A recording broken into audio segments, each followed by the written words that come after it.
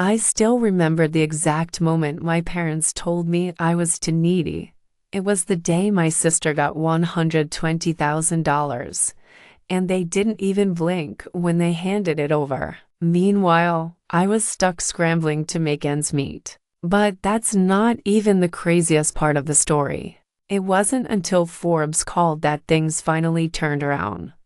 Before we continue, please subscribe to the channel and tell us where you are listening. Your support means everything. So, let me take you back a couple of years. My sister, Emily, and I were always close growing up. But somewhere along the way, we started drifting apart. I couldn't quite pinpoint when it happened, but I felt it. Emily was always the golden child, the one who could do no wrong. She was outgoing, always had things figured out, and she seemed to get everything she ever wanted. Meanwhile, I was the quieter one, a little more reserved, and definitely a lot more dependent on my parents. Don't get me wrong, I wasn't a total mess.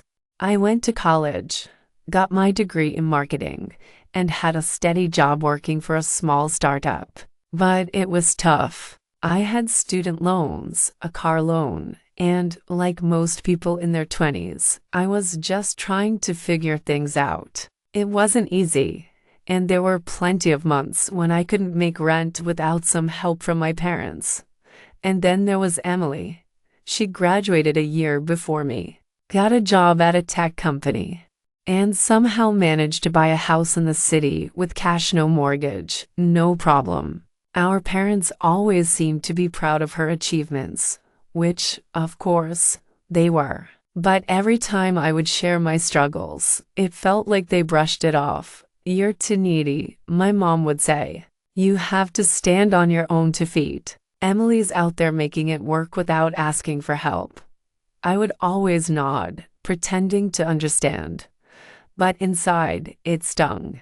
I was trying. I just wasn't as lucky as Emily. It wasn't my fault that my career was slower to take off, that I didn't have the same connections or opportunities. But every time I tried to voice this, I was told I needed to be more independent, more resourceful. But then, something happened. A couple of months ago, my parents did something that completely threw me off. It was a Friday evening, and I had just gotten home from work. My parents called me something they rarely did unless there was a family gathering or they wanted to discuss something important. I figured it was just another catch-up call, but when I picked up, I was hit with something I wasn't prepared for. "We're going to help Emily with her startup," my dad said, his voice calm but serious. I immediately felt the blood rush to my head. "Wait, what? How?" "We're giving her $120,000 to help with her business venture. She's got a lot of potential, and we think this could be a good investment," he said matter-of-factly. I sat there for a second, processing the words. $1 to okay, for a business? For her business? The same business that she started with barely any experience just a few months ago. I had to swallow hard to stop the anger from bubbling over. "You're kidding, right?" I asked, laughing nervously. "Why would you do that? You know how much I've been struggling, right? You never helped me with anything like that." There was a pause on the other end of the line before my mom chimed in. "Honey, we just think Emily's got a better shot at making it work. You're still figuring things out. We don't want to give you a handout. You need to earn it on your own." The words stung like a slap. I wanted to scream. I wanted to tell them how unfair it was, how I felt like I was constantly being compared to Emily, how every time I needed a little help, I was told to stand on my own 2 feet. But all I could manage was a shaky, "Fine. Do whatever you want." I hung up and sat there in silence, my mind racing. How was this fair? How could they just give her $120,000 without blinking, while I could barely pay my bills without begging them for help? I felt like I was invisible to them, like I was the one always falling short. That night, I tried to talk to my boyfriend, Jake, about it. But even he, who had been so supportive throughout all my struggles, didn't seem to understand. Look, I get it. I know it sucks, but she's your sister. You know your parents love you both, right? Jake said, trying to comfort me. But I wasn't in the mood for comfort. I needed answers. I don't care if they love me, I snapped. I'm tired of being the screw-up in their eyes. I'm tired of being the needy one. If they really cared, they'd help me too. Jake didn't say much after that, but I could see the worry in his eyes. He didn't know what to do either. The next few weeks were a blur of resentment. I couldn't shake the feeling of injustice that clung to me. Every time I talked to Emily, I tried to mask my bitterness, but she'd brag about her new business venture, her new car, her new everything. And I just tried to stay afloat. But then, just when I thought things couldn't get worse, Forbes called. It started with an email. It was short, professional, and to the point. They wanted to interview me about something I had absolutely no idea about. Dear Ms. Miller, we are currently researching a feature on innovative marketing strategies used by professionals in the startup world. Your recent work with Startup Name has caught our attention, and we would love to speak with you about your approach. I stared at the email for a long time, rereading it over and over. Forbes. This had to be a joke. But it wasn't.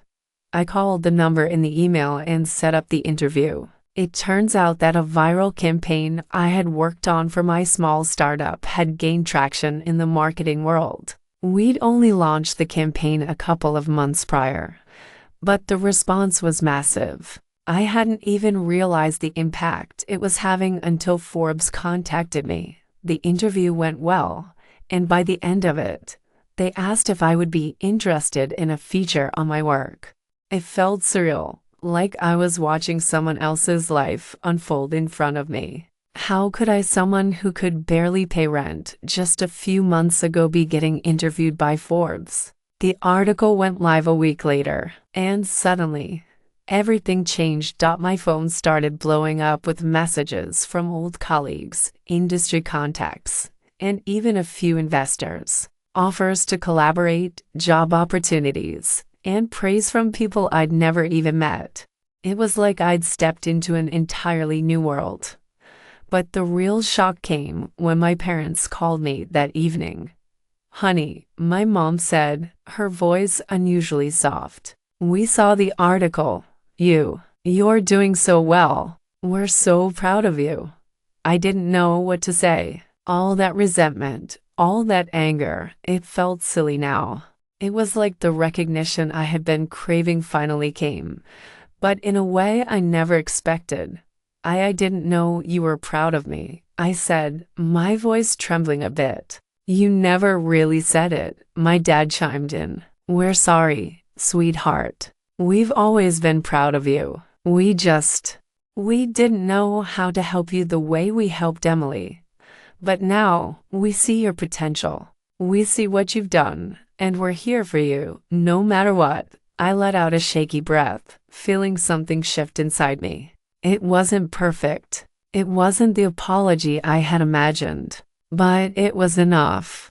They didn't give me $120,000 to fix everything. They didn't need to. All I ever wanted was recognition, and for once, I felt like I was finally being seen.